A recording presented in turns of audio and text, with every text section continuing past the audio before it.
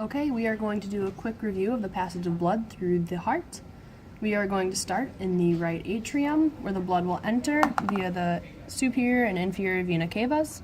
The blood will then pass through the tricuspid valve into the right ventricle.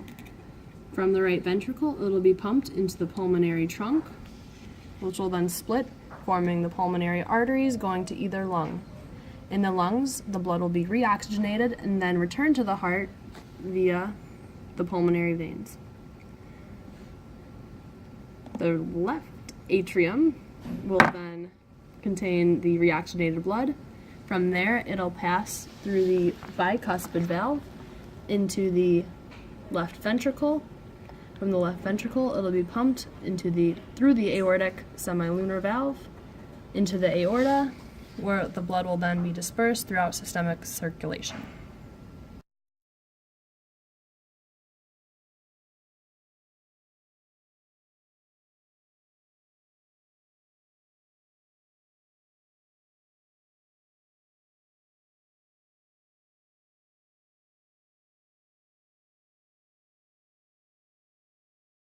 Today we will be discussing the pharynx. So looking at this mid-sagittal view, we have the nasal cavity and oral cavity. Located posteriorly to both of these would be the pharynx and its three associated parts. Starting superiorly posterior to the nasal cavity, we have the nasopharynx. The inferior border of the nasopharynx would be the uvula. Posterior to the oral cavity, we have the oral pharynx. The superior border of the oral pharynx would be the uvula, whereas the inferior border of the oral pharynx would be the epiglottis. Moving inferiorly, we have the laryngeal pharynx, with the superior border being the epiglottis, and the terminal portion of the laryngeal pharynx would be the start of the esophagus. The esophagus is posterior to the larynx. The esophagus is for passageway of food, whereas the anterior larynx would be for the passageway of air.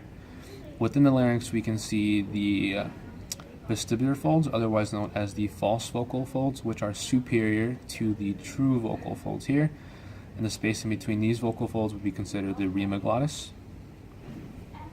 Okay, we are going to review the unpaired veins of the abdomen, more specifically the hepatic portal vein system.